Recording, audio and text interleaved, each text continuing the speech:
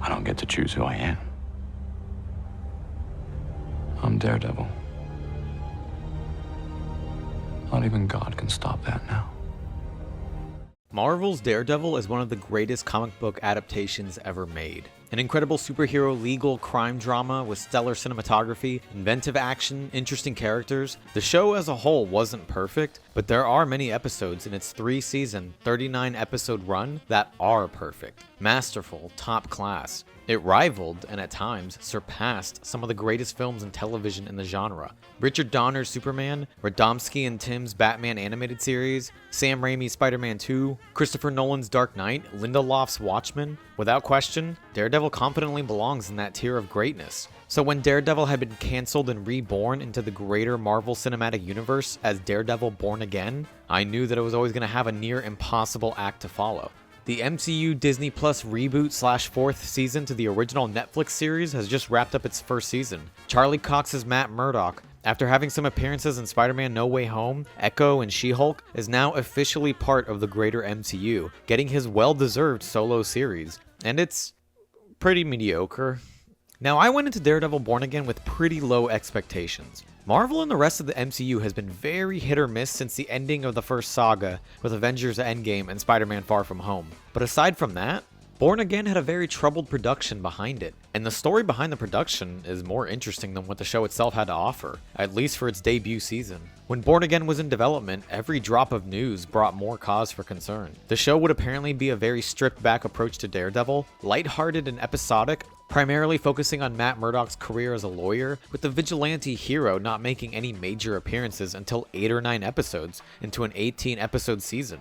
Deborah Ann Woll, Eldon Henson, and other important casts from the original series would not be making a return, and then the news broke out that the series would be getting a full creative overhaul and would be born again from the remnants of whatever this reboot show was supposed to be. Original characters would now be returning, we'd be pivoting to themes and a style that was more in line with the original. It's been a lot of back and forth excitement and anxiety. So after a lot of build-up and information and misinformation being thrown around, here's what we're left with. A Frankenstein's monster of a series, 9 episodes in total. Episodes 1, 8, and 9 are completely brand new, having been rewritten from scratch after the overhaul, while the rest of the series is primarily composed of what was there of the original series, with cobbled together edits and reshoots to try and correct whatever the original creators were trying to do. Dario Scardapane, the showrunner of Born Again, who previously worked on the Punisher Netflix series, was brought on to try and salvage this show, but even the best talent in the business would have trouble meeting the standards that have been set forth. It's hard to talk about Born Again without bringing up the original. You can see the two halves of Born Again constantly clashing with each other, despite the team's best attempts to course correct. The show struggles since it can't heavily lean in either direction of acting as a full-on soft reboot or season 4 of the original. I could spend the rest of this video comparing how Born Again falls short in nearly every aspect when held up to the original. The writing isn't as engaging, the main characters aren't all that interesting, the new characters and side characters are mostly forgettable, the action feels a bit more tame, the cinematography at many times feels so bland and gray with muted colors and a camera that feels very static and lifeless. This doesn't mean there aren't any great character moments or drama, or action that can be exciting and shot well, or cinematography that can look striking, but you have to wade through a lot of mediocrity to find those pockets of greatness. Every single aspect when held to comparison is unfavorable, and this isn't nostalgia talking. In order to have a fresh perspective, I rewatched the weakest season of the original, Season 2, before going into Born Again, and even with Season 2's flaws and some bogged down plotlines and pacing, Born Again, at its very best, struggled to even match up to Season 2. So believe me when I say this isn't rose-tinted glasses or nostalgia talking, and I encourage you to watch the original if you haven't already and you don't believe me. But I'll refrain from bringing up the original for the rest of this video. It's too easy to just point and say new thing bad. For the sake of fairness to any defenders of Born Again, I'm gonna meet you halfway, and I'm gonna judge it on its own merits. Even without the unflattering comparisons to the first 3 seasons, it has enough issues on its own that prevent it from reaching its true potential. And it's not controversial to say that this show, given its troubled production, was unfortunately never set up to be the best possible series it could be. So keep in mind that for as harsh as I may sound talking about Born Again, I'm also very sympathetic towards the crew that had to basically save this show from whatever mismanagement that Marvel's got going on. While Scardapane and the rest of the crew's efforts may not have been enough, their work didn't go unnoticed. The best of Daredevil Born Again is the 2 biggest elements taken from the original, Charlie Cox and Vincent D'Onofrio as Daredevil and the Kingpin. These two are effortlessly charismatic and can help breathe life into any lines they're given. D'Onofrio especially feels like he has the more interesting story going on, with Kingpin acting as newly elected mayor of New York City, and it's interesting to watch him balance this newly reformed life, and it makes it much more enjoyable when we see the mayor break apart and the Kingpin come to life. But our other cast from the original series is great too, even though they have far less screen time. This show is very much the Matt and Wilson show. But John Bernthal's Punisher, Deborah Ann Wool's Karen, and Ayelet Zurer's Vanessa do make the most of the small screen time they're given. Frank has a story set up regarding corrupted officials and police, stealing his symbol and misunderstanding what Frank believes and represents. The show doesn't explore this idea as much as I would have liked, but I'll give them a pass given that they're clearly setting up to explore this in the future. But going back to the rest of the cast, an exceptional standout is Wilson Bethel as Bullseye. Anyone who watched Daredevil Season 3 already knew how talented and incredible this actor was, and he is so delightfully devilish and charming, and it really just highlights how he and D'Onofrio give the best villain performances in the entirety of the MCU, and it's criminal that they haven't made it to the big screen yet. Bethel's only appearances in the series are within the newly rewritten episodes 1, 8, and 9, which makes me happy to know that Scarta Payne and the rest of the new crew understand the absolute goldmine of a character they have on their hands with Bethel's Bullseye. Born Again introduces a lot of really great ideas that feel like a natural progression for where the story would head after Season 3. Wilson Fisk rising up to become the newly appointed mayor of New York City, Matt working as a lawyer that specializes in vigilante law, only to then come out of a year-long retirement as Daredevil in order to confront a serial-killing graffiti artist that uses his victims' blood as paint. I love every idea here. And it's a dark premise, but thankfully the show doesn't hold back the violence and blood when it feels appropriate. And I was worried that the violence in the show might have come across as forced or some kind of overcorrection to trick the audience into thinking the show was more mature than it actually was, but it felt like an appropriate level. I love a lot of what Born Again is trying to do and say, but the execution just falls apart.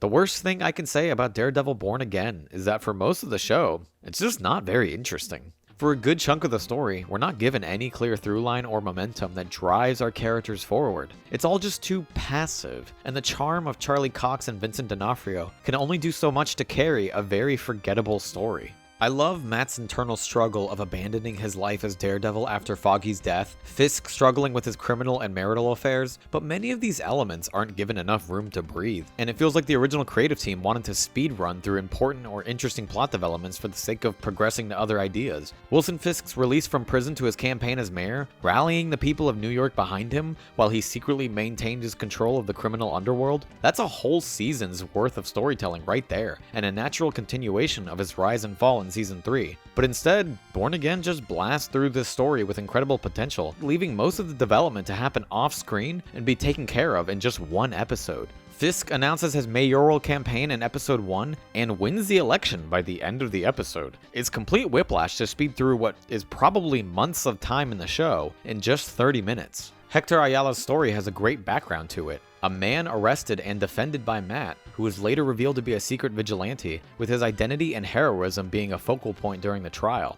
It's a great opportunity to examine the morals and ethics of a vigilante hero from a very biased lens. But Hector's story ends before it feels like it ever took off. And my problem isn't that Hector dies, or how he dies, but instead what could have been an interesting story and side character to follow this whole season, similar to one of the greatest MCU characters ever written, fucking Special Agent Ray Nadeem.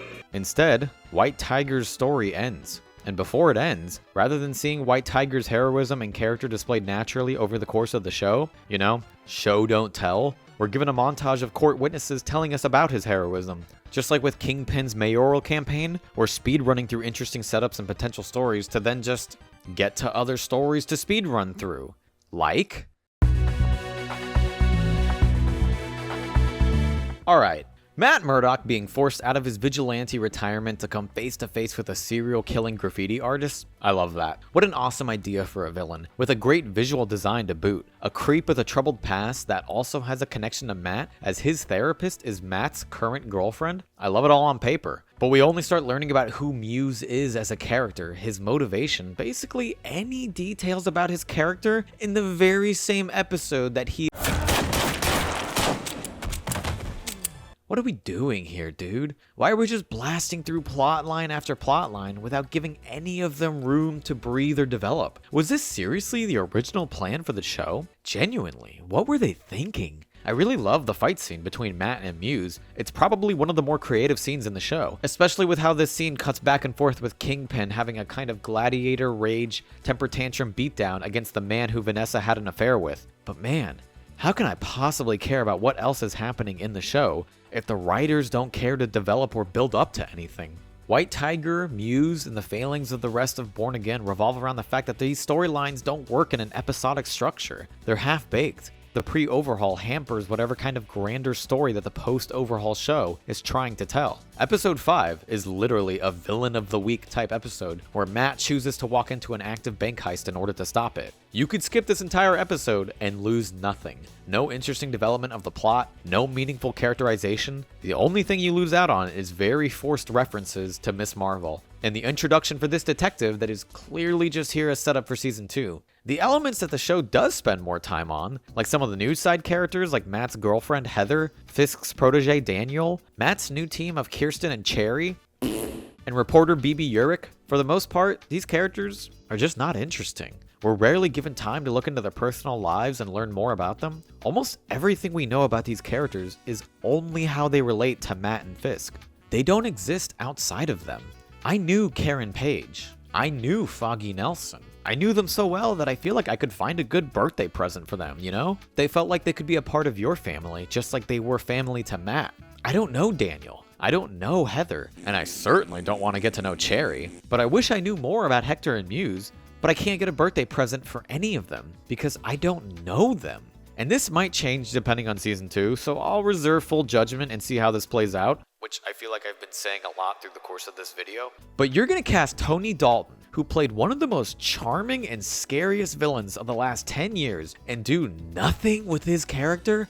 I sincerely hope we see more of him, because what we got of this season is nothing short of completely wasting talent. And if you haven't seen Better Call Saul, you should do yourself a favor. Dalton is just incredible in it. The disappointing characters in the story are the biggest failings of the show, but they are far from the only problems. As a whole, this show is very ugly.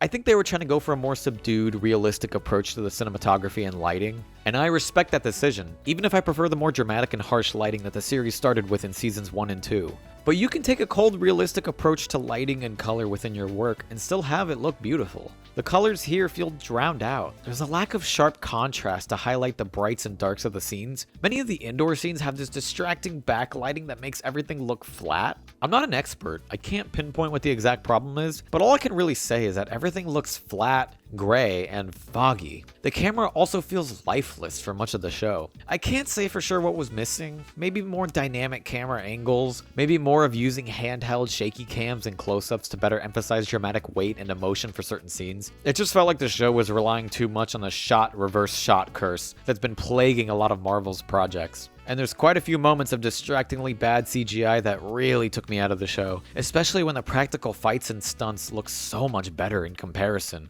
The fights featuring Bullseye and Muse are standouts, but not every action scene lives up to these moments. There isn't enough of Daredevil's character and style portrayed through his fights. We're missing some of the verticality and brutality that highlights Matt as a unique blend of a ninja and a boxer. Also, this might sound like a weird nitpick, but I really just have to say, this show is too loud. Born Again will have so many scenes and moments with the most obnoxious loud music playing in the background in an attempt to drive up the hype and emotion of a scene, but more often than not, it just comes across as completely distracting. This is not something that I typically notice. Maybe it's my underlying bias of the original series. I genuinely have no clue. But Born Again could have benefited from so many more quiet scenes of characters just talking and having interesting conversations and struggles with a little score in the background as icing on the cake. But no, it's not complimentary, it's distracting. All icing and no cake. The truth is, at the end of the day, the biggest problem with Daredevil Born Again is that it's underdeveloped. Dare I say, unfinished. Almost every issue I've mentioned doesn't really revolve around anything that needs to be removed or changed, but just needed more time to flesh out. The interesting elements of the story that were mostly rushed through, like Fisk's mayoral campaign, Hector, Muse, I like what I was given for all of these, but they were just crumbs. The full delicious entree always felt just out of reach. Matt's journey and struggle with being a vigilante and his identity as Daredevil is a core theme that's been prevalent in the series since 2015, so having much of Born Again's debut season featuring little Daredevil action could have been an interesting development, so long as it focused as an interesting character study, revolving around a man whose religious beliefs, juxtaposed with his violent, uncontrollable urge to do something meaningful with the gifts given to him by God. But Born Again doesn't spend enough time with Matt's internal struggle with Daredevil, or religion, or the death of his best friend. And the lesser side characters like Heather, Daniel, BB, all of them have interesting roles to play in the story, but none of them have enough screen time or intrigue to drive the story forward in a meaningful way. I even think Public Enemy #1 Cherry could be an interesting character, if I felt like he was even a character at all. I think the fan base's negative reaction towards him derives from the fact that we know absolutely nothing about him, except that he's some former NYPD officer who inexplicably knows Matt's identity as Daredevil, and he's a professional wet blanket.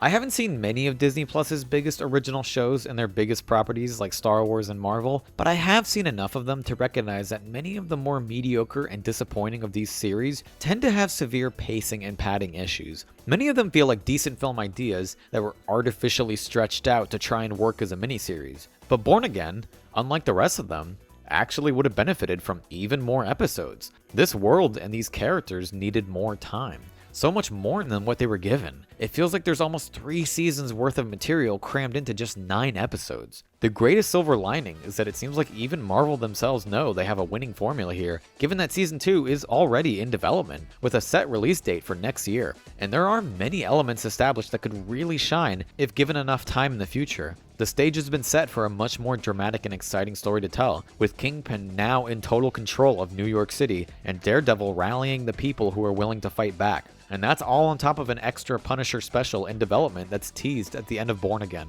With this setup, and with Thunderbolts and Fantastic Four looking like real movies that have actual vision and creative drive behind them, maybe Marvel is finally remembering how to tell interesting stories again, driven by artists with passion.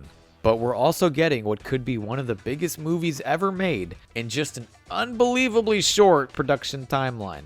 Whether we're seeing the first steps into a new generation of great superhero storytelling, or the last flicker of the MCU's final reign, all of this exciting momentum could be dismantled with one very catastrophic doomsday.